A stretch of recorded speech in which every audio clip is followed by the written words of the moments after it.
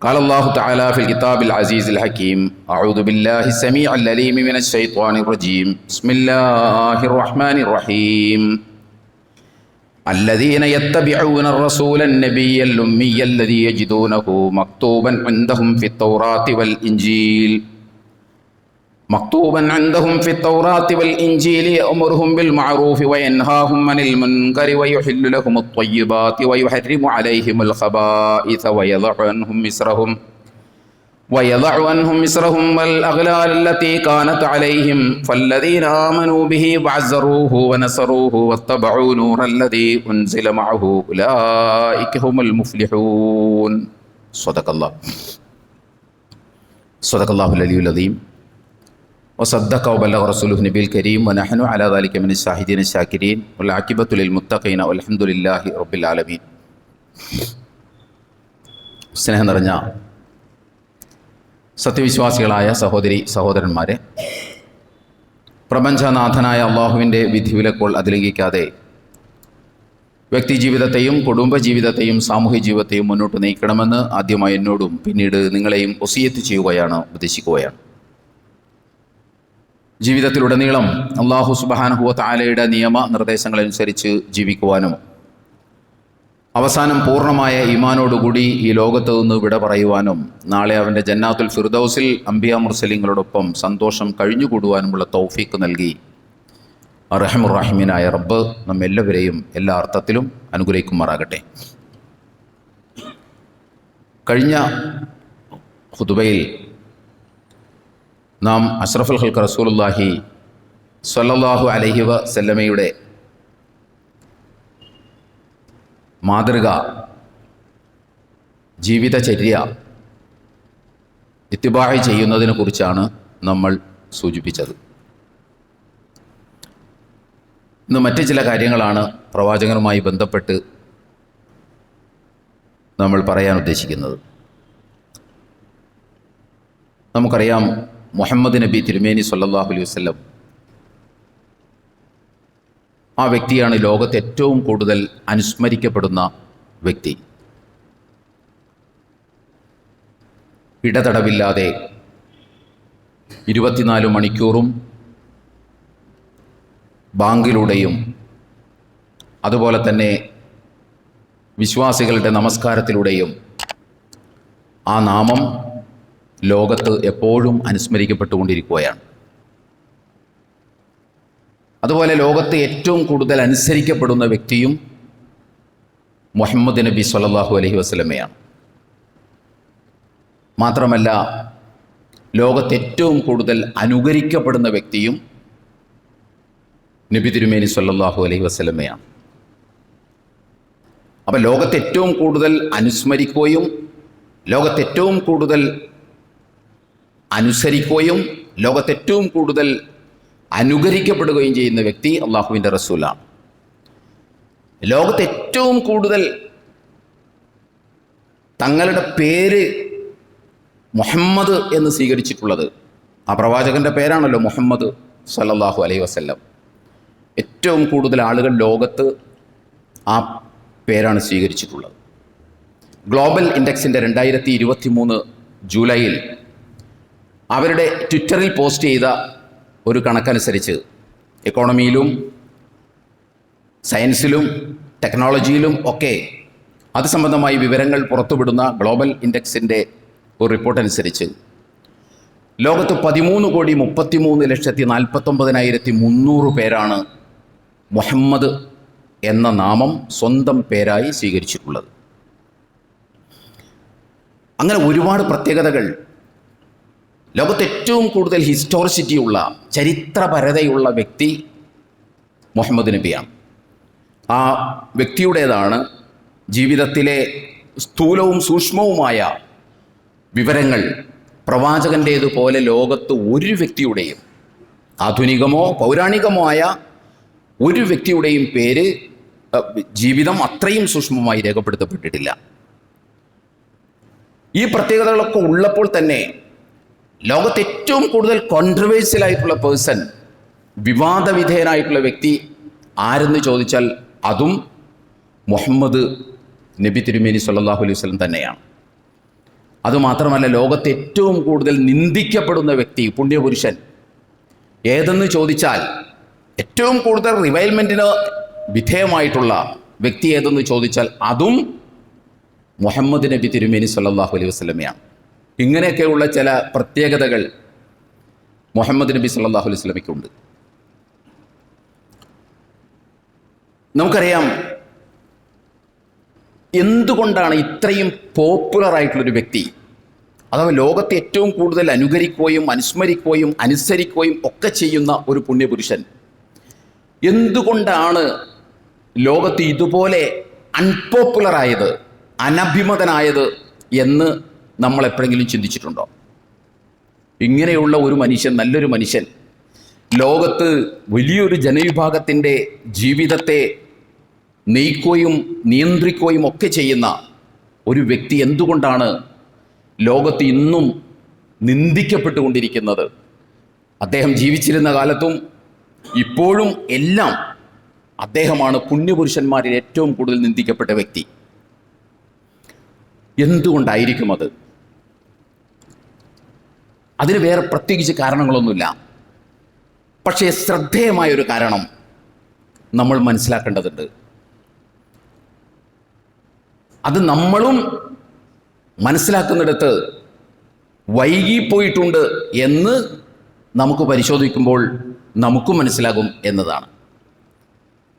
ആ പ്രവാചകൻ ഒരു കുറേ ഭക്തന്മാരെ സൃഷ്ടിച്ച് ആത്മീയ ഗിരിപ്രഭാഷണങ്ങളൊക്കെ നടത്തി ആരാധനാലയങ്ങളുമായി ചുറ്റിപ്പറ്റി ജീവിതം പരിമിതപ്പെടുത്തിയിരുന്നുവെങ്കിൽ, ഒതുക്കിയിരുന്നുവെങ്കിൽ ആ വ്യക്തിത്വം ഒരിക്കലും ഇത്ര കണ്ട് വിമർശന വിധേയമാകുമായിരുന്നില്ല, നിന്ദിക്കപ്പെടുമായിരുന്നില്ല.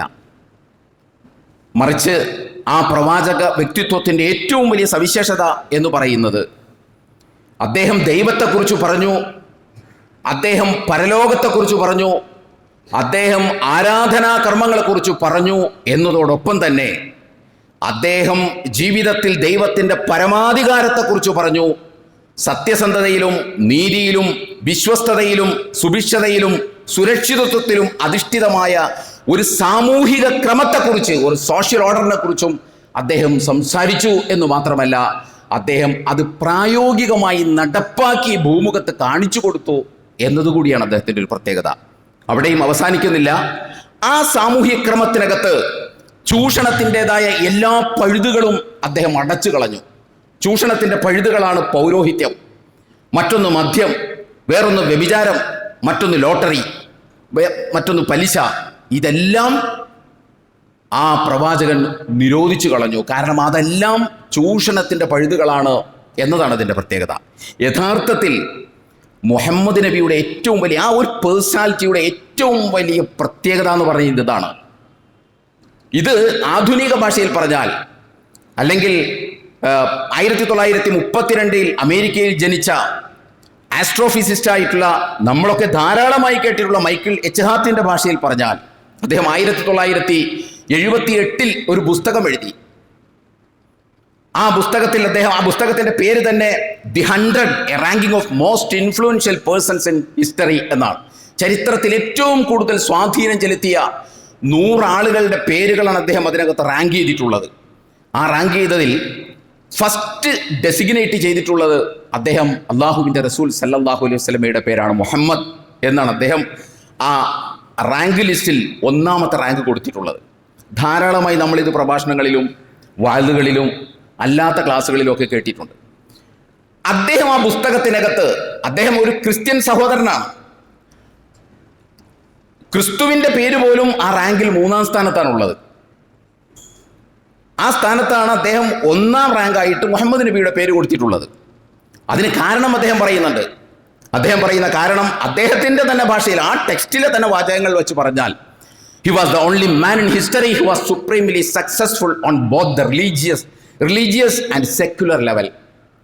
ഈ ഒരൊറ്റ മനുഷ്യൻ മാത്രമാണ് ചരിത്രത്തിൽ മതപരവും മതേതരവുമായ മേഖലകളിൽ ഒരുപോലെ വിജയിച്ചത്. He was the only man in history who was supremely successful.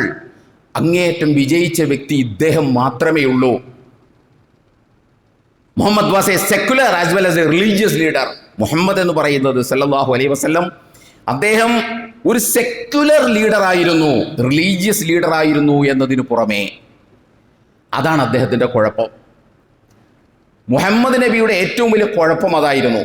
അദ്ദേഹം കുറേ ഭക്തന്മാരെയൊക്കെ സൃഷ്ടിച്ച് ആരാധനാലയങ്ങളെ ചുറ്റിപ്പറ്റി കുറച്ച് അനുഷ്ഠാന കർമ്മങ്ങളൊക്കെ പഠിപ്പിച്ച് കുറച്ച് ആത്മീയ ഗിരിപ്രഭാഷണങ്ങളൊക്കെ നടത്തി നമുക്ക് പരിചയമുള്ള പല പുണ്യപുരുഷന്മാരെയും പോലെയൊക്കെ ജീവിച്ചിരുന്നുവെങ്കിൽ അദ്ദേഹം വിമർശിക്കപ്പെടില്ല, അദ്ദേഹം നിന്ദിക്കപ്പെടില്ല, നിന്ദിക്കേണ്ട കാര്യവുമില്ല. അങ്ങനെയുള്ള ആരെയും ഇവിടെ നിന്ദിക്കുന്നുമില്ല. അതും നമ്മൾ മനസ്സിലാക്കണം. അപ്പൊ അദ്ദേഹം കൈവച്ച മേഖല അത് ചൂഷണത്തിന്റെ പഴുതുകൾ അടച്ചതാണ്. ആ പഴുതടക്കാൻ ആരും ആഗ്രഹിക്കില്ല. ഇടതുപക്ഷ പ്രസ്ഥാനത്തിന് പോലും വിപ്ലവത്തിന്റെ വാഗ്ധോരണിയുമായിട്ട് ചരിത്രത്തിലേക്ക് കടന്നു വന്നതാണ് ഇടതുപക്ഷ പ്രസ്ഥാനം, കമ്മ്യൂണിസം. പക്ഷെ കമ്മ്യൂണിസത്തിന് പോലും ചൂഷണത്തിന്റെ ഏറ്റവും വലിയ പഴുതായ മദ്യം നിരോധിക്കുന്നിടത്ത് അറച്ചു നിൽക്കുകയാണ് ഇന്നും. അത് ഞങ്ങൾ വർജിക്കുന്നതിനെ കുറിച്ചാണ് ആലോചിക്കുന്നത്, അല്ലാതെ നിരോധിക്കുന്നതിനെ കുറിച്ചല്ല ആലോചിക്കുന്നത് എന്നാണ് ഇപ്പോഴും അവർ പറഞ്ഞുകൊണ്ടിരിക്കുന്നത്. ആ സ്ഥാനത്ത് ഇതിനെല്ലാം അപ്പാടെ നമ്മൾ മനസ്സിലാക്കേണ്ടത് നബി തിരുമേനി സ്വല്ലല്ലാഹു അലൈഹി വസല്ലം ഒരു സ്വാർത്ഥനായിരുന്നില്ല എന്നും നബി തിരുമേനി സ്വല്ലല്ലാഹു അലൈഹി വസല്ലം ഒരു പ്രവാചകനായിരുന്നു എന്നതിനും ഏറ്റവും വലിയ തെളിവ് ഒരു ഭാഷയിൽ പറഞ്ഞാൽ ഇത് അദ്ദേഹം നിരോധിച്ചു എന്നതാണ്. എന്തെങ്കിലും സ്വാർത്ഥ താല്പര്യങ്ങൾ ഉണ്ടായിരുന്നുവെങ്കിൽ മദ്യം നിരോധിക്കാൻ കഴിയുമായിരുന്നില്ല. എന്തെങ്കിലും സ്വാർത്ഥ താല്പര്യങ്ങൾ ഉണ്ടായിരുന്നുവെങ്കിൽ വ്യഭിചാരം നിരോധിക്കാൻ കഴിയുമായിരുന്നില്ല. എന്തെങ്കിലും സ്വാർത്ഥ താല്പര്യങ്ങൾ അദ്ദേഹത്തിന് ഉണ്ടായിരുന്നുവെങ്കിൽ പലിശ നിരോധിക്കാൻ കഴിയുമായിരുന്നില്ല. കാരണം ഇത് നിരോധിച്ചുകൊണ്ട് ഒരു സമൂഹത്തിൽ പിടിച്ചു നിൽക്കുക സാധ്യമേ അല്ല. അന്നെന്നല്ല ഇന്നും സാധ്യമല്ല, ഇന്നെന്നല്ല എന്നും സാധ്യമല്ല. അപ്പോൾ അത് നിരോധിച്ചത് ദൈവികമായ നിർദ്ദേശത്തിന്റെ അടിസ്ഥാനത്തിലാണ്, ദൈവികമായ താല്പര്യത്തിന്റെ അടിസ്ഥാനത്തിലാണ്, ജനങ്ങളുടെ നന്മ ഉദ്ദേശിച്ചാണ് എന്ന് മനസ്സിലാക്കാൻ ഒരുപാട് ആഴ്ന്നിറങ്ങിയ ബുദ്ധിയൊന്നും ആവശ്യമില്ല. സമകാലീന ലോകത്ത് ജീവിക്കുന്ന നമുക്ക് എല്ലാവർക്കും അത് മനസ്സിലാക്കാവുന്നേ ഉള്ളൂ. അപ്പോൾ ഈ പ്രവാചകൻ ഇത്ര കണ്ട് നിന്ദിക്കപ്പെടാനുള്ള കാരണം ഇതാണ് എന്നാണ് ഞാൻ പറഞ്ഞു വരുന്നത്. ഇത് സമൂഹത്തെ ശക്തമായി സ്വാധീനിക്കുന്നതായതുകൊണ്ട് തന്നെ അദ്ദേഹം ജീവിച്ചിരുന്ന കാലഘട്ടത്തിലും പിന്നീടുള്ള കാലഘട്ടത്തിലുമൊക്കെ അദ്ദേഹം നിന്ദിക്കപ്പെടാൻ വേണ്ടിയുള്ള ചില പദ്ധതികൾ അദ്ദേഹം ഏതൊരു സമൂഹത്തെയാണോ അഭിമുഖീകരിച്ചത് ആ സമൂഹം മുതൽ ആരംഭിച്ചിട്ടുണ്ട്. വിശുദ്ധ ഖുർആനിൽ തന്നെ നമുക്ക് കാണാൻ സാധിക്കും മുനാഫിക്കുകൾ എന്നൊരു വിഭാഗത്തെക്കുറിച്ച്. കപടന്മാർ എന്നാണ് അതിന്റെ മലയാള അർത്ഥം. വിശുദ്ധ ഖുർആനിലെ ഒരു അധ്യായത്തിന്റെ പേര് തന്നെ കപടന്മാർ എന്നാണ്. ഒത്തിരി മുനാഫിക്കുകളെ കുറിച്ചുള്ള ഒത്തിരി പരാമർശങ്ങൾ വിശുദ്ധ ഖുർആനിൽ നമുക്ക് കാണാൻ സാധിക്കും. എന്തിനാണെന്ന് ചോദിച്ചാൽ ഈ പ്രവാചകന്റെ കൂടെ നടന്ന് ഈ പ്രവാചകനെ നിന്ദിക്കാൻ വേണ്ടി കൂടിയവരായിരുന്നു അവർ. ഞാൻ പറയുന്നത് അന്നു മുതൽ പ്രവാചക നിന്ദ ആരംഭിച്ചിട്ടുണ്ട്. അദ്ദേഹത്തിന് ശേഷം ചരിത്രത്തിൽ എന്നും ഇദ്ദേഹം നിന്ദിക്കപ്പെടണം എന്ന് ഉദ്ദേശിച്ച ആളുകൾ അതിനെടുത്ത പണി ചില്ലറയല്ല എന്ന് നമ്മൾ മനസ്സിലാക്കണം. ഈ പണി ചെയ്തില്ലായിരുന്നുവെങ്കിൽ ഈ മതേതര മേഖലകളെ അഥവാ റിലീജിയസ് ആൻഡ് സെക്യുലർ മേഖലകളെ മുഹമ്മദ് നബി കൈകാര്യം ചെയ്തിരുന്നില്ലായിരുന്നെങ്കിൽ പ്രവാചകൻ ഈ അർത്ഥത്തിൽ നിന്ദിക്കപ്പെടില്ല എന്ന് ഞാൻ പറഞ്ഞല്ലോ. പക്ഷെ അതിനായിട്ട് ഉന്നയിക്കുന്ന ആരോപണം എന്താണ്? അദ്ദേഹം സെക്യുലർ മേഖലയിൽ കൈവച്ചു, അത് ഞങ്ങൾക്ക് സഹിക്കാൻ കഴിയുന്നതല്ല എന്നാണോ അവർ പറയുന്നത്? അല്ല, അതിന് പറയുന്ന പേര് പ്രവാചകൻ ആയിഷയെ വളരെ ചെറുപ്പത്തിൽ തന്നെ കല്യാണം കഴിച്ചു. മുഹമ്മദിന് സല്ലല്ലാഹു അലൈഹി വസല്ലം അദ്ദേഹത്തിന് ഒന്നിലേറെ ഭാര്യമാരുണ്ടായിരുന്നു എന്നൊക്കെയുള്ള ആരോപണങ്ങളാണ് ഉന്നയിക്കുന്നത്. യഥാർത്ഥത്തിൽ ഇതാണ് യഥാർത്ഥ ആരോപണമെങ്കിൽ ആ ആരോപണത്തിന് വിധേയമാകേണ്ടവർ ഇവിടെ വേറെയുണ്ട്. ശ്രീരാമനുണ്ട്, ശ്രീകൃഷ്ണനുണ്ട്, യേശു ക്രിസ്തു ഉണ്ട്. പക്ഷേ അവർക്കെതിരെ ഒന്നും ഈ ആരോപണങ്ങൾ ആരും ഉന്നയിക്കുന്നത് നമ്മൾ കാണുന്നില്ല. അതിന് രണ്ട് കാരണങ്ങൾ ഇതാണ്. ഒന്നാമത്തെ കാരണം, ഇവരാരും സെക്യുലർ മേഖലയിൽ തൊട്ടിട്ടില്ല. തൊട്ടു എന്ന് അവരെ ആരാധിക്കുകയും അവരെ ബഹുമാനിക്കുകയും ചെയ്യുന്ന ആളുകൾ അവകാശപ്പെടുന്നുമില്ല. രണ്ടാമത്തേത്, അവരെ കുറ്റം പറയേണ്ട ഏറ്റവും വലിയ ലോകത്തെ ജനവിഭാഗം എന്ന് പറയുന്ന മുസ്ലിങ്ങളാണ്. മുസ്ലിങ്ങൾ മറ്റുള്ളവരുടെ ഒരാരാധ്യ പുരുഷന്മാരെയും ഒരർത്ഥത്തിൽ നിന്ദിക്കുന്നില്ല. ഇന്ന് ലോകത്ത് മറ്റ് ഇതര ആരാധ്യ പുരുഷന്മാരെ നിന്ദിക്കുന്ന ഒരു ടെക്സ്റ്റ് പോലും മുസ്ലിങ്ങളുടെ ഭാഗത്ത് നിന്ന് മുസ്ലിം ലോകത്ത് പ്രസിദ്ധീകരിക്കപ്പെട്ടിട്ടില്ല. എന്തുകൊണ്ടാണ്? ലാ തസുബുല്ലദീന യദ്ഊന മിൻ ദൂനില്ലാഹ്, അള്ളാഹുവിന് പുറമെ വിളിച്ചു പ്രാർത്ഥിക്കുന്ന ആരാധ്യരായി മറ്റുള്ളവർ കാണുന്നതിനെ നിങ്ങൾ ഒരിക്കലും പരിഹസിക്കുകയോ ആക്ഷേപിക്കുകയോ ചെയ്യരുത് എന്ന വിശുദ്ധ ഖുർആനിന്റെ പാഠാവലി ഉൾക്കൊള്ളുന്നത് കൊണ്ടാണ് അത്തരത്തിൽ ഒരു ടെക്സ്റ്റ് ലോകത്ത് മുസ്ലിങ്ങളുടെ ഭാഗത്ത് നിന്ന് ഇറങ്ങാത്തത്. അതുകൊണ്ട് തന്നെ അവരാരും നിന്ദിക്കപ്പെടുന്നില്ല.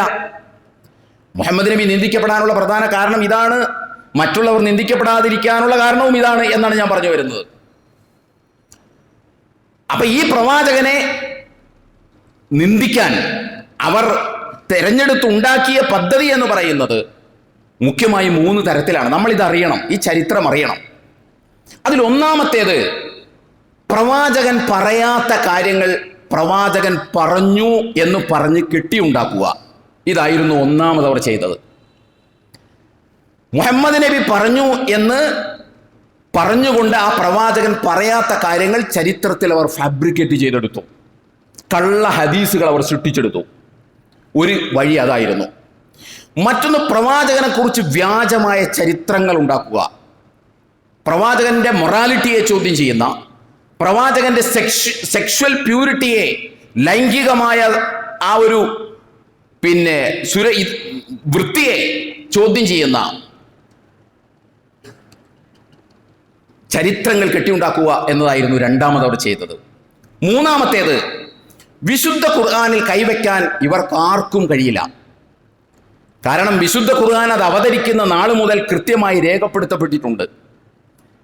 100 കണക്കിന് ആളുകളുടെ മസ്തിഷ്കത്തിൽ അത് മുഴുവനായിട്ട് ബൈഹാർട്ട് ചെയ്യപ്പെട്ടിട്ടുണ്ട്. എല്ലാ നമസ്കാരത്തിലും അത് പാരായണം ചെയ്യുന്നു. അതുകൊണ്ട് തന്നെ ഖുർആനിൽ ഒരു വാചകം കൂട്ടിച്ചേർക്കാൻ ഇവർക്കാർക്കും കഴിയുമായിരുന്നില്ല. ഇവർക്കാർക്കും കഴിയില്ല. അത് അന്നും കഴിയില്ല, ഇന്നും കഴിയില്ല, ഇനി ഒരിക്കലും കഴിയില്ല. കാരണം അതിനു മാത്രം അത് മനുഷ്യന്റെ മസ്തിഷ്കത്തിലുണ്ട്, രേഖപ്പെടുത്തപ്പെട്ടിട്ടുണ്ട്. പ്രതികൾ ധാരാളമായി ലോകത്തുണ്ട്. അതുകൊണ്ട് അവിടെ കൈവയ്ക്കാൻ ചരിത്രത്തിൽ ആർക്കും സാധിച്ചിട്ടില്ല. അതിനവർ കണ്ടെത്തിയ മാർഗമാണ് ഞാൻ നേരത്തെ പറഞ്ഞ പോലെ ഒരു വഴി. പ്രവാചകൻ പറഞ്ഞു, പ്രവാചകൻ പറഞ്ഞതിന് നല്ല മാർക്കറ്റുള്ള സമയമാണല്ലോ അത്. കാരണം മുഹമ്മദ് നബി ഒരു കാര്യം പറഞ്ഞു എന്ന് എത്രത്തോളം എന്ന് ചോദിച്ചാൽ കച്ചവടക്കാർ വരെ പ്രവാചകൻ പറഞ്ഞു എന്ന് പറഞ്ഞു വാചകങ്ങൾ ഉണ്ടാക്കി. അവരുടെ കച്ചവട വസ്തു വിറ്റഴിക്കപ്പെടാൻ വേണ്ടി ഉണ്ടാക്കി. മറ്റൊരു മാർഗം കണ്ടെത്തിയത്, ഈ വിശുദ്ധ ഖുർആൻ വെറുതെ ഇങ്ങനെ അവതരിക്കുകയായിരുന്നില്ല. വിശുദ്ധ ഖുർആനിൻ്റെ വാചകങ്ങൾക്ക് ഒരു അവതരണ പശ്ചാത്തലമുണ്ട്. മിക്കവാറും വചനങ്ങൾക്ക് സബബു നുസൂൽ എന്ന് പറയുന്ന ഒന്നുണ്ട്. അഥവാ ഒരു ഖുർആൻ ആയത്ത് അവതരിക്കുന്നതിന് ഒരു കാരണമുണ്ടാകും. ആ കാരണത്തെ മുൻനിർത്തിയാണ് ആയത്ത് അവതരിക്കുക. അത് വിശുദ്ധ ഖുർആനിൽ നമുക്ക് മനസ്സിലാകും. കാരണങ്ങളുണ്ട് എന്ന് വിശുദ്ധ ഖുർആൻ വായിച്ചാൽ നമുക്ക് മനസ്സിലാകും. പക്ഷെ ഖുർആനിൽ ഈ കാരണങ്ങൾ ഉണ്ടാവില്ല. ഈ അവതരണ കാരണങ്ങളെന്ന പേരിൽ കള്ളക്കഥകൾ പടച്ചുണ്ടാക്കിയവർ ഈ ആയത്ത് അവതരിച്ചത് ഈ കാരണങ്ങൾ കൊണ്ടാണ്. ഈ കള്ളക്കഥകൾ 3 തരത്തിലാണ് വന്നത്. ഒന്ന്, പ്രവാചകൻ പറഞ്ഞു എന്ന് പറഞ്ഞുകൊണ്ട് കള്ളക്കഥ ഉണ്ടാക്കുക. സ്വയം പ്രവാചകന്റെ പേരിൽ അദ്ദേഹത്തിൻ്റെ ആ പ്രവാചകന്റെ മൊറാലിറ്റിയെ ചോദ്യം ചെയ്യുന്ന രൂപത്തിൽ വ്യാജ ഹിസ്റ്ററി ഫാബ്രിക്കേറ്റ് ചെയ്യുക. മൂന്നാമത്തേത്, വിശുദ്ധ ഖുർആനിൻ്റെ അവതരണ കാരണങ്ങൾ എന്ന് പറഞ്ഞുകൊണ്ട് കള്ളക്കഥകൾ മെനഞ്ഞുണ്ടാക്കുക. ഇങ്ങനെ മുഖ്യമായും 3 രൂപത്തിലാണ് പ്രവാചകനെ അവമതിക്കാൻ വേണ്ടി, പ്രവാചകനെ എന്നും നിന്ദിക്കപ്പെടുന്ന ആളായി മാറ്റാൻ വേണ്ടി ഇവർ ചെയ്തുണ്ടാക്കിയ പദ്ധതി എന്ന് പറയുന്നത്. എന്ത് സംഭവിച്ചു എന്ന് ചോദിച്ചാൽ, ഈ കഥകളെല്ലാം നമ്മൾ ആധികാരികമായി പഠിപ്പിക്കപ്പെടുന്ന ഗ്രന്ഥങ്ങളിലടക്കം കടന്നുകൂടി എന്നതാണ് വേദനാജനകമായ കാര്യം. ഈ കള്ളക്കഥകൾ നമ്മൾ ആധികാരികമായി പഠിപ്പിക്കപ്പെടുന്ന ഗ്രന്ഥങ്ങളിലടക്കം കടന്നുകൂടി. ആ കടന്നുകൂടിയതിൽ പെട്ടതാണ് എക്സ്-മുസ്ലിമായ ജബ്ബാർ പറയുന്ന പോലെ ബിലാൽ റളിയല്ലാഹു തആല അൻഹു വിഗ്രഹങ്ങളുടെ തലയിൽ അപ്പിയിട്ടു എന്ന് പറയുന്നതും, അതുപോലെ തന്നെ ഒരാളുടെ കൂടെ അയാളുടെ ഭാര്യയുമായി നടന്നു പോകുമ്പോൾ പ്രവാചകൻ തിരുമേനി സല്ലല്ലാഹു അലൈഹി വസല്ലം അയാളുടെ ഭാര്യയെ കാണുമ്പോൾ ഇഷ്ടപ്പെട്ടാൽ അതവിടെ ഉപേക്ഷിച്ചുകൊണ്ട് പൊയ്ക്കൊള്ളണം, തലാഖിൽ പൊയ്ക്കൊള്ളണം എന്ന് പറയുന്നതും, പ്രവാചകൻ തിരുമേനി സല്ലല്ലാഹു അലൈഹി വസല്ലമയുടെ വളർത്തുമകൻ അദ്ദേഹത്തിൻ്റെ ഭാര്യയെ പ്രവാചകന് വല്ലാത്ത ഇഷ്ടമായിരുന്നു, തലാഖ് ചെല്ലിയിരുന്നെങ്കിൽ കല്യാണം കഴിക്കാം എന്ന മോഹവും പ്രവാചകൻ കാത്തു സൂക്ഷിച്ചിരുന്നു എന്നൊക്കെ പറയുന്ന കഥകൾ ലോകത്ത് പ്രചരിക്കുന്നത് ഇവിടെ നിന്നാണ് എന്ന് നമ്മൾ മനസ്സിലാക്കണം. ഈ കേന്ദ്രങ്ങളിൽ നിന്നാണ്. എനിക്കതുകൊണ്ട് 10-30 ആളുകളാണ് ഒരാൾ അയാളുടെ ഭാര്യയുമായി നടന്നു പോകുമ്പോൾ പ്രവാചകൻ ആ ഭാര്യയെ ഇഷ്ടപ്പെട്ട് കഴിഞ്ഞാൽ പിന്നെ അയാൾ തലാഖ് ചൊല്ലിക്കൊള്ളണം എന്ന് പറഞ്ഞുകൊണ്ടുള്ള സംഭവം എനിക്ക് 30ഓളം ആളുകൾ എനിക്ക് അയച്ചു തന്നത്. ഇതൊന്ന് സൃഷ്ടിക്കപ്പെട്ടു. രണ്ടാമത് മൗലവിമാർ എന്ന് പറയുന്ന പുരോഹിതന്മാർ ഈ വൃത്തികെട്ട കഥകൾ പ്രഭാഷണങ്ങളിലും അതുപോലെ തന്നെ വയലുകളിലും ഉദ്ധരിക്കാൻ തുടങ്ങി എന്നതാണ്. അതിൻ്റെ പാപഭാരമാണ് ഇപ്പോൾ നമ്മൾ പേറിക്കൊണ്ടിരിക്കുന്നത്.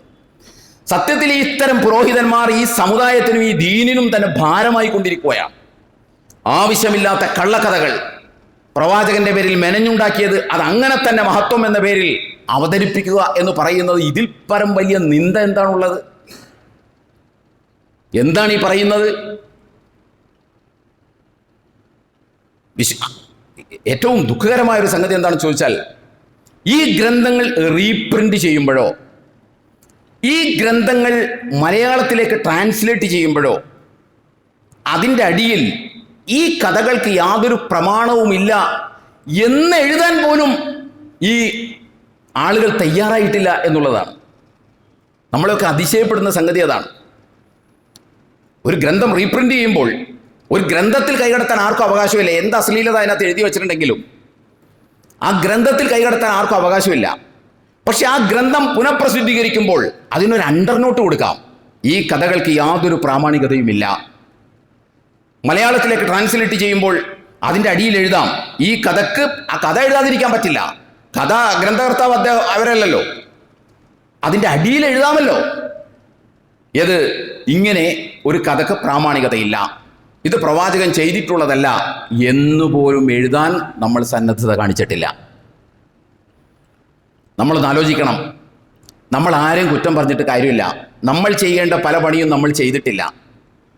ഇത്തരം കഥകൾ തെറ്റായ കഥകളാണ് എന്ന് പറയാനുള്ള തൻ്റെ ഇടം 2023 അദ്ദേഹം അത് പ്രസംഗിക്കുന്നത് എന്നാണ് ഞാൻ മനസ്സിലാക്കുന്നത്.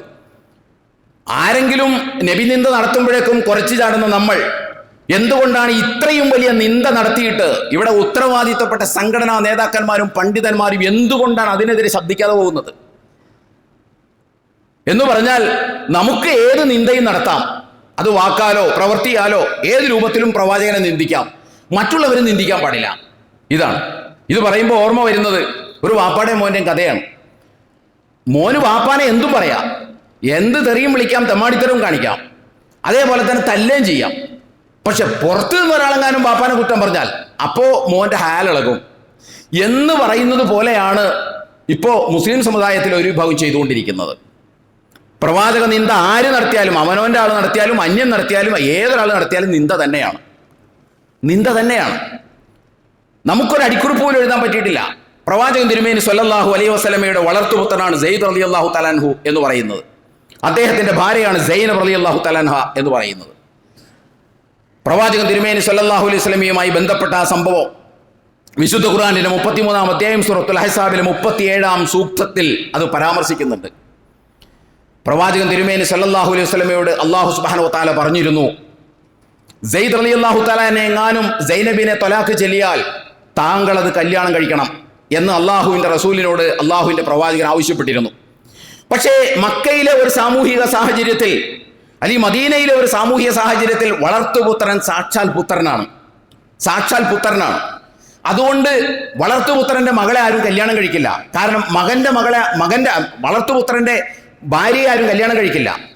അങ്ങനെ കല്യാണം കഴിച്ചാൽ അത് മകന്റെ ഭാര്യയെ കല്യാണം കഴിച്ചതുപോലെയാണ് അറേബ്യൻ സംസ്കാരത്തിൽ കണ്ടിരുന്നത്. ഈ ധാരണ പൊളിക്കലാണ് അള്ളാഹുവിൻ്റെ ഉദ്ദേശം. അതുകൊണ്ടാണ് അള്ളാഹ് പറഞ്ഞത്, അദ്ദേഹം തലാഖ് ചെല്ലുകയാണെങ്കിൽ താങ്കൾ അവരെ വിവാഹം ചെയ്യണം. പക്ഷെ റസൂലുള്ളാഹി സ്വല്ലല്ലാഹു അലൈഹി വസല്ലമയ്ക്ക് അത് അത്ര കണ്ട് താങ്ങാൻ കഴിഞ്ഞില്ല. കാരണം ഞാൻ ഇത് ചെയ്യുന്നതോടുകൂടി ഇവിടത്തെ ഒരു സാമൂഹിക അന്തരീക്ഷം എന്തായി മാറും, ഞാൻ ആരാകും, മകന്റെ ഭാര്യനെ കല്യാണം കഴിച്ചവനായി മാറിയില്ലേ? അതുകൊണ്ട് റസൂലുള്ളാഹി സ്വല്ലല്ലാഹു അലൈഹി വസല്ലം ഇത് മറച്ചു പിടിച്ചു. ഇതേക്കുറിച്ച് വിശുദ്ധ ഖുർആൻ 33-ാം അധ്യായത്തിൽ പറയുന്നുണ്ട്. എന്നിട്ട് റസൂൽ എന്ത് ചെയ്ത്, ഇങ്ങനെ ഒന്ന് സംഭവിക്കാതിരിക്കാൻ വേണ്ടി ഇത് സെയ്ദ് റളിയല്ലാഹു തആല അൻഹു സൈനബിനെ തലാഖ് ചെല്ലാതിരിക്കാൻ വേണ്ടി, തലാഖ് ചെല്ലിയാലാണല്ലോ ഇദ്ദേഹം പ്രവാചകൻ കല്യാണം കഴിക്കേണ്ടി വരിക, തലാഖ് ചെല്ലാതിരിക്കാൻ വേണ്ടി നിരന്തരം റസൂലുള്ളാഹി സ്വല്ലല്ലാഹു അലൈഹി വസല്ലം സെയ്ദ് റളിയല്ലാഹു തആല അൻഹുവിനോട് പറഞ്ഞുകൊണ്ടിരുന്നു. എന്ത് പറഞ്ഞുകൊണ്ടിരുന്നു? അംസിക് അലൈക സൗജക വത്തഖില്ല, താങ്കൾ താങ്കളുടെ ഭാര്യയെ കൂടെ നിർത്തണം, വത്തഖില്ല, അള്ളാഹുവിനെ സൂക്ഷിക്കണം എന്ന് പറഞ്ഞാൽ സെയ്ദ് തലാഖ് ചെല്ലല്ലേ, നല്ല രൂപത്തിൽ കുടുംബജീവിതം മുന്നോട്ട് കൊണ്ടുപോ. വിശുദ്ധ ഖുർആനാണ് പറയുന്നത്, അംസിക് അലൈക സൗജക വത്തഖില്ല, താങ്കളുടെ കൂടെ തന്നെ ഭാര്യയെ നിർത്ത്, നല്ല രീതിയിൽ ജീവിച്ചു പോ, അള്ളാഹുവിനെ സൂക്ഷിക്കൂ. അല്ല ഈ പറഞ്ഞ കാര്യം നബി തൽക്കാലം ഒന്ന് മറച്ചു പിടിച്ചു. അതിനെക്കുറിച്ചും അല്ല പറയുന്നുണ്ട്, താങ്കൾ മറച്ചു പിടിച്ചു. മാല്ലാഹു മുബ്ദീഹി, അള്ളാഹു ആകട്ടെ വ്യക്തമാക്കാൻ ഉദ്ദേശിച്ച കാര്യം, അള്ളാഹു ജനങ്ങളെ പഠിപ്പിക്കാൻ ഉദ്ദേശിച്ച കാര്യം താങ്കൾ മറച്ചു പിടിച്ചു. എന്നിട്ട് അള്ളാഹുവിൻ്റെ റസൂലിനെ അള്ളാഹു കുറ്റപ്പെടുത്തുകയാണ്. ഒത്തഹ്സന്നാസ, താങ്കൾ ജനങ്ങളെ ഭയപ്പെടുകയാണല്ലേ. അല്ലാഹു അഹഖു അൻ തഖ്ശാഹു, യഥാർത്ഥത്തിൽ ഭയപ്പെടാൻ അർഹൻ താങ്കളുടെ നാഥനായ അള്ളാഹുവാണ്. ഇതാണ് സംഭവം. ഈ സംഭവത്തിൽ മറച്ചു പിടിച്ചത് എന്താണ്? മറച്ചു പിടിച്ചത് ഈ ഭാര്യയെ, സെയ്ദിന്റെ ഭാര്യയെ തലാഖ് ചെയ്ത്, സെയ്ദ് റളിയല്ലാഹു തആല അൻഹു എന്ന് പറയുന്ന വളർത്തുപുത്രനായ സഹാബിയുടെ ഭാര്യയെ തലാഖ് ചെല്ലിയാൽ നബിയോട് കല്യാണം കഴിക്കണമെന്ന് പറഞ്ഞതാണ് നബി മറച്ചു പിടിച്ചത്. എന്നാൽ കേരളക്കരയിൽ ഉടനീളം അല്ല, ലോകത്തുടനീളം പഠിപ്പിക്കുന്ന ഒരു തഫ്സീറിന്റെ പേരൊന്നും ഞാനിപ്പോൾ ഇവിടെ വെച്ച് പറയുന്നില്ല. തഫ്സീറിൽ സെയ്ദ് റളിയല്ലാഹു തആല അൻഹു പ്രവാചകൻ തിരുമേനി സ്വല്ലല്ലാഹു അലൈഹി വസല്ലം മറച്ചു പിടിച്ചത്, സെയ്ദ് റളിയല്ലാഹു തആല അൻഹുവിന്റെ ഭാര്യയായ സൈനബിനോട് അള്ളാഹുവിന്റെ റസൂലിന് പ്രേമം തോന്നി. ആ പ്രേമം തോന്നി എന്ന് മാത്രമല്ല, അദ്ദേഹം തലാഖ് ചെല്ലുകയാണെങ്കിൽ കല്യാണം കഴിക്കാന്നുള്ള മോഹവും ഉണ്ടായി. ഇതാണ് മറച്ചു പിടിച്ചത് എന്നാണ്. ഇതിൽ വലിയ നിന്ദ എന്താണുള്ളത്? ഇതിൽ വലിയ പ്രവാചക നിന്ദ എന്താണുള്ളത്? അത് മലയാളത്തിൽ ലഭ്യമാണ്, അതിന്റെ അടിക്കുറിപ്പിലില്ല. ഇത് തെറ്റാണെന്നില്ല. ഈ കള്ളക്കഥയാണ് എന്ന് പറഞ്ഞ് എഴുതി വെക്കാൻ പോലും ഈ ട്രാൻസ്ലേറ്റർമാർക്ക് സാധിച്ചിട്ടില്ല. നമ്മളാണ് പ്രവാചകനെ നിന്ദിക്കുന്നു എന്ന് പറഞ്ഞുകൊണ്ട് കോരിയിടുന്നത്. എന്തുകൊണ്ടാണ് നമുക്കതിന് കഴിയാതെ പോയത്? എന്തുകൊണ്ടാണ് ഇത് കള്ളക്കഥയാണെന്ന് പറയാൻ നമുക്ക് ഇത് സാധാരണ എവിടെയൊക്കെ കിടന്ന ഒരു കിതാബിലുള്ളതല്ല, കേരളക്കരയിൽ ഉടനീളം ദർസുകളിൽ പഠിപ്പിക്കുന്നതാണ്. എന്തു മറുപടിയാണ് നമ്മൾ ജനങ്ങളോട് പറയുക? ഇതിന് എന്തു മറുപടിയാണ് പറയുക? ഗ്രന്ഥത്തിൽ നമുക്ക് കൈവയ്ക്കാൻ പറ്റില്ല. ഞാൻ പറഞ്ഞല്ലോ, ഒരു ഗ്രന്ഥകർത്താവ് ഒരു കാര്യം എഴുതിണ്ടാക്കി അത് എത്ര മോശമാണെങ്കിലും അത് എഴുതുമ്പോൾ അതിൽ നിന്നൊന്നും എഡിറ്റ് ചെയ്യാനൊന്നും പറ്റില്ല. പക്ഷെ അതിന്റെ അടിയിൽ ഒരു അടിക്കുറിപ്പ് കൊടുക്കാലോ, ഇതിന് പ്രാമാണികതയില്ല, ഇത് തെറ്റായ കഥയാണ്, ഇത് അഷ്റഫുൽ ഖൽഖ് റസൂലുള്ളാഹി സ്വല്ലല്ലാഹു അലൈഹി വസല്ലമയെ കുറിച്ച് ചിന്തിക്കാൻ പോലും പറ്റാത്ത കാര്യമാണ് എന്നെന്തുകൊണ്ടാണ് നമുക്ക് എഴുതാൻ പറ്റാതെ പോകുന്നത്? അതാ ഞാൻ പറഞ്ഞത്, നമുക്കാരും നിന്ദിക്കാം. നമ്മുടെ ആളാണെങ്കിൽ അവൻ എന്ത് നിന്ദ നടത്തിയാലും നമുക്കത് ഉൾക്കൊള്ളാൻ പറ്റും. പക്ഷേ ഒരു നോൺ മുസ്ലിം ആയി പോകരുത്, ഒരു BJP കാരനായി പോകരുത്, ഒരു സംഘപരിവാറുകാരായി പോകരുത്. അങ്ങനെ ആയാൽ നമുക്കത് സഹിക്കാൻ പറ്റില്ല. ഇതല്ലേ നമ്മുടെ നിലപാട്. ഈ നിലപാട് നമ്മൾ ആദ്യം തിരുത്തണം. ഇത്തരം കള്ളക്കഥകളാണെന്ന് എഴുതാനുള്ള തൻ്റെ ഇടം നമുക്കുണ്ടാവണം. പ്രവാചകൻ തിരുമേനി സല്ലല്ലാഹു അലൈഹി വസല്ലമയുടെ പരിശുദ്ധിയുമായി വെച്ച് നോക്കുമ്പോൾ എത്രമാത്രം ഗുരുതരമായ അപരാധമാണ് ഈ പറഞ്ഞു വെച്ചിട്ടുള്ളത്. മറ്റൊരാളുടെ ഭാര്യയെ മോഹിക്കുക, തലാഖ് ചെല്ലിയിരുന്നുവെങ്കിൽ കെട്ടാമായിരുന്നു എന്ന് ആഗ്രഹിക്കുക, എന്നിട്ട് കൂടെ മനുഷ്യൻ വരുമ്പോൾ പറഞ്ഞുകൊണ്ടിരിക്കുക, അംസിക് അലൈക സൗജക വത്തഖില്ല, താങ്കൾ ഭാര്യയെ കൂടെ നിർത്തണോട്ടോ, താങ്കൾ ഭാര്യയെ കൂടെ നിർത്തണം, അള്ളാഹുവിനെ സൂക്ഷിക്കണം. എന്താണ് ഈ പറയുന്നത്? ആരെക്കുറിച്ചാണ് ഈ പറയുന്നത്? ആരെക്കുറിച്ച് എവിടെയാണ് നമ്മൾ എഴുതി വച്ചിട്ടുള്ളത്? ഇത് വായിക്കാതെ, ഇത് പഠിക്കാതെ കേരളത്തിൽ ഒരൊറ്റ മുസ്ലിയാർക്കും ഒരൊറ്റ മൗലവിക്കും മൗലവി ആവാൻ കഴിയില്ല. അതാണ് നമ്മൾ മനസ്സിലാക്കേണ്ടത്. ഇതൊക്കെ നമ്മൾ എഴുതി വച്ചതിന് ശേഷം ആണ് നമ്മൾ പറയുന്നത് പ്രവാചകൻ ആരൊക്കെ നിന്ദിക്കുന്നു. നമ്മളാദ്യം നിന്ദ നിർത്തണം. നമ്മൾ റെഫർ ചെയ്യുന്ന ഗ്രന്ഥത്തിൽ നിന്ദയുണ്ടെങ്കിൽ അതിൻ്റെ അടിയിൽ എഴുതണം, ഇത് നിന്ദയാണ്, ഇത് ഉൾക്കൊള്ളാൻ നമ്മെ കൊണ്ട് പറ്റില്ല എന്ന് നമ്മൾ എഴുതണം. അതാർക്കും തടസ്സമൊന്നുമില്ലാത്ത കാര്യമാണ്. അത് ഏത് ഗ്രന്ഥവും നമുക്ക് റീപ്രിന്റ് ചെയ്യുമ്പോഴും ട്രാൻസ്ലേറ്റ് ചെയ്യുമ്പോഴും അതിൻ്റെ അടിയിൽ ട്രാൻസ്ലേറ്ററുടെ വകയായി അല്ലെങ്കിൽ പ്രസിദ്ധീകരിക്കുന്ന ആളുകളുടെ വകയായിട്ട് എഴുതി ചേർക്കാം. അതിനൊന്നും പ്രശ്നമൊന്നുമില്ല. പക്ഷെ നമ്മൾ എഴുതി ചേർത്തിട്ടില്ല. അപ്പം ഞാൻ പറയുന്നത്, ഇങ്ങനെ ഒരുപാട് സാധനങ്ങൾ മുസ്ലിം ലോകത്തുണ്ട്. അതൊക്കെയാണിപ്പോൾ എക്സ് മുസ്ലിമായിട്ടും വലതുപക്ഷ നിരീശ്വരവാദികളായിട്ടും സംഘപരിവാറുകാരായിട്ടും കാസയായിട്ടൊക്കെ പൊടി തട്ടി പുറത്തേക്ക് കൊണ്ടുവരുന്നത് അതൊക്കെയാണ്. അതിനെ പ്രതിരോധിക്കാൻ നമുക്ക് കഴിയണമെന്നുണ്ടെങ്കിൽ എൻ്റെ ഖുതുബ കേൾക്കുന്ന ആളുകൾ മനസ്സിലാക്കണം, ഇസ്ലാമിൽ അറബിയിൽ എഴുതിയതൊക്കെ കിതാബല്ല, ഇസ്ലാമിൽ അറബിയിൽ എഴുതിയതെല്ലാം പ്രമാണവുമല്ല. ഇസ്ലാമിലെ പ്രമാണം എന്ന് പറയുന്നത് വളരെ സ്പെസിഫിക് ആയിട്ടുള്ള, വളരെ ഡിറ്റർമിൻഡ് ആയിട്ടുള്ള 6236 ആയത്തുകൾ ഉൾക്കൊള്ളുന്ന വിശുദ്ധ ഖുർആനാണ് ഇസ്ലാമിൻ്റെ പ്രമാണം. അല്ലാതെ അറബിയിൽ എഴുതിയതൊക്കെ ഇസ്ലാമിൻ്റെ പ്രമാണമാണ്, അല്ലെങ്കിൽ കിതാബ് എന്ന് പറയുന്നതൊക്കെ ഇസ്ലാമിൻ്റെ പ്രമാണമാണ് എന്ന് നമ്മളാരും വിചാരിച്ചു പോകരുത്. ഇസ്ലാമിൻ്റെ ഒന്നാമത്തെ പ്രമാണം എന്ന് പറയുന്നത് വിശുദ്ധ ഖുർആനാണ്. അതിൽ 6236 സൂക്തങ്ങളാണുള്ളത്. അതാണ് ഇസ്ലാമിൻ്റെ ഒന്നാമത്തെ പ്രമാണരേഖ. രണ്ടാമത്തേത് പ്രവാചകൻ തിരുമേനി സ്വല്ലല്ലാഹു അലൈഹി വസല്ലമയുടെ സുന്നത്താണ്. ആ പ്രവാചകൻ ജീവിച്ച് കാണിച്ചു തന്നത് അത് രേഖപ്പെട്ട് കിടക്കുന്നത് ഹദീസുകളിലാണ്. പക്ഷേ ഈ ഹദീസുകളുടെ കാര്യമാണ് ഞാൻ നേരത്തെ പറഞ്ഞത്. ഒരുപാട് പ്രവാചകൻ പറഞ്ഞു എന്ന് പറഞ്ഞുകൊണ്ട് കെട്ടി ഉണ്ടാക്കിയിട്ടുണ്ട്.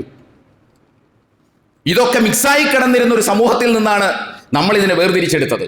അപ്പോഴും നമ്മൾ മനസ്സിലാക്കേണ്ടത് വിശുദ്ധ ഖുർആനിന് സ്വഹീഹായിട്ടുള്ള വിശുദ്ധ ഖുർആനിന്റെ ഉള്ളടക്കത്തിന് വിരുദ്ധമാകാത്ത ഹദീസുകളും ഇസ്ലാമിന്റെ പ്രമാണമാണ്. ബാക്കി ആരെ എന്ത് തന്നെ പറഞ്ഞാലും എന്തൊക്കെ ന്യായവാദങ്ങൾ ഉന്നയിച്ചാലും ശരി, അതൊക്കെ ഈ വിശുദ്ധ ഖുർആൻ എന്ന് പറയുന്ന ആ ടച്ചിങ് സ്റ്റോൺ, ശഹ്റു റമദാൻ അല്ലദീ ഉൻസില ഫീഹിൽ ഖുർആൻ ഹുദൻ ലിന്നാസി വബയ്യിനാത്തിൻ മിനൽ ഹുദാ വൽ ഫുർഖാൻ. ഖുർആൻ വെറും ഖുർആനല്ല, ഖുർആൻ ഫുർഖാൻ കൂടിയാണ്.